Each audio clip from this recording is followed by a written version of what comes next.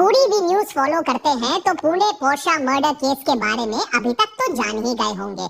17 साल 8 महीने के वेदांत अग्रवाल पबिंग करने के बाद रात के 2:30 बजे करोड़ों रुपए की पोर्शा को 200-250 किलोमीटर की रफ्तार पर चलाते हुए दो IT professionals Anish Awadhiya and Ashwani Costa को मौत के घाट वो उतार देता है। लेकिन ये कोई मामूली एक्सीडेंट नहीं था, ये कोई गलती नहीं थी, ये एक मर्डर था जो आज नहीं तो कल होने ही वाला था। और अगर हम अब भी ना जगे, अगर अब भी प्रेशर नहीं डाला, अगर अब भी सवाल नहीं पूछा तो ऐसे मर्डर आए दिन रोज होने वाले हैं।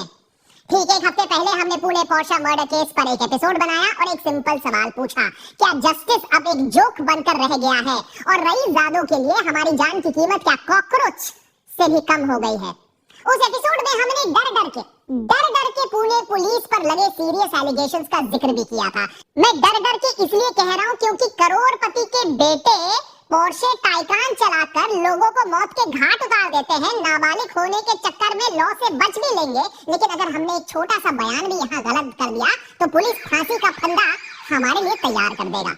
हमारे पिछले एपिसोड में ये कुछ एलिगेशंस थे। एलिगेशन नंबर 1, पुलिस ने बर्गर पिज्जा खिला के वेदांत को थाने में वीआईपी ट्रीटमेंट दिया।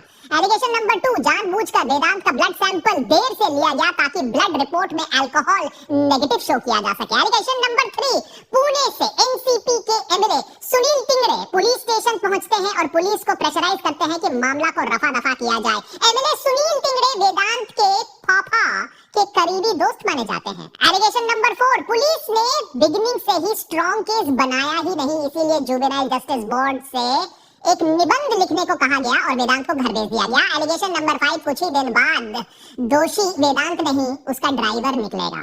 लेकिन देशभक्त पर हम आज तहे दिल से माफी मांगना चाहते हैं कि हमारे एलिगेशन सही नहीं थे।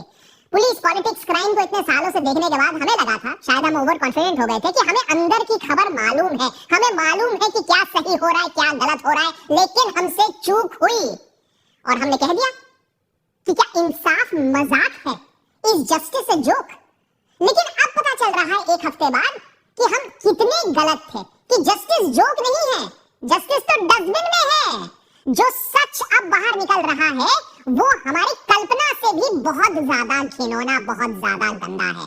और हमारा सिस्टम कितना कॉम्प्रोमाइज्ड है, कितना गंदा है, उससे कितनी बात आती है, ये हमने भी नहीं सोचा था। अगर आप सोच रहे हैं कि मैं ज्यादा ही ओवर ड्रामेटिक हो रहा हूँ, सार्कास्टिक हो रहा हूँ, तो 2 मिनट सुन लो, सुनने की क्षमता रखो, तब उसके बाद सिस्टम से ऐसी घिन आने लगेगी ना, जैसे भरा हुआ डस्टबिन होता है ना, सड़ा हुआ डस्टबिन होता है, उसमें से जो बांस आती है वैसे घिन आने लगेगी।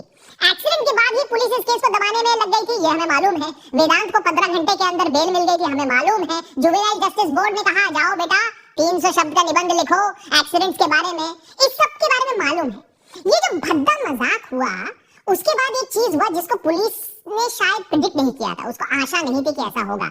जनता जग पड़ी, पुणे की जनता, सोशल मीडिया पर जनता, लोगों का गुस्सा फट का बाहर आने लगा सोशल मीडिया पर, यहाँ तक कि सड़कों पर, और मेन स्ट्रीम मीडिया को भी जगना पड़ा, इस स्टोरी को फ्रंट पेज करना पड़ा, हेडलाइन में डालना पड़ा।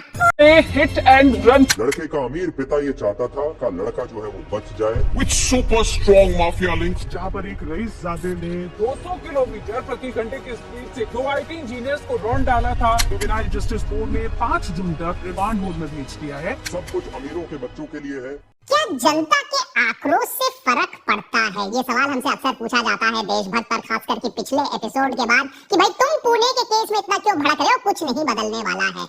लेकिन हमारा मानना है कि न्यू इंडिया में जनता के आक्रोश को छोड़कर कोई चीज से फर्क नहीं पड़ता है, सिर्फ जनता के आक्रोश से ही फर्क पड़ता है। चाहे वो इलेक्शन कमीशन से वोटर डेटा निकलवाना हो या पुलिस कमिश्नर को काम पे लगवाना हो। और जब पुणे पुलिस कमिश्नर काम पे लगते हैं तो और भी चौंका देने वाले तथ्य सामने आते हैं पुणे पोर्शा मर्डर केस में। आप भी जान लीजिए, अगर आपके कभी किसी करीबी के साथ ऐसा होता है, नशे में धुत एक रईसजादा उसको गाड़ी से उड़ाकर चले जाता है, तो आपको भी यही सब चीजों का सामना करना पड़ेगा। ये टेक्स्ट बुक नॉलेज बन चुका है। हमारा एक सीरियस एलिगेशन था कि ब्लड सैंपल को देर से लिया गया और इससे डाइल्यूट करने की कोशिश की गई ब्लड स्ट्रीम में, और बेटा खाना खा लो पुलिस स्टेशन में। लेकिन यहाँ तो गेम ही अलग निकला, हम तो इतने गलत थे।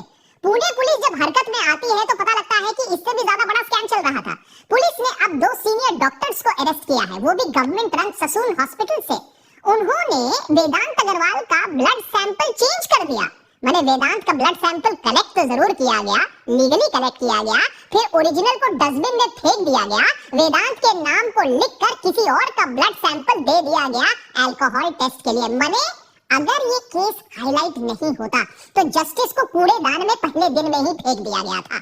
Doctor Ajay Tawde, head of forensic medicine department, भाई साहब हॉस्पिटल में हेड है वो फोरेंसिक मेडिसिन डिपार्टमेंट के, और डॉक्टर श्रीहरि हरडोल जो अब चार्ज किए गए हैं under section 120 B criminal conspiracy, section 467 forgery, section 201 destruction of evidence, section 213 taking gift और something else to screen an offender from punishment, and 214 offering gift or restoration of property to screen an offender of the Indian Penal Code IPC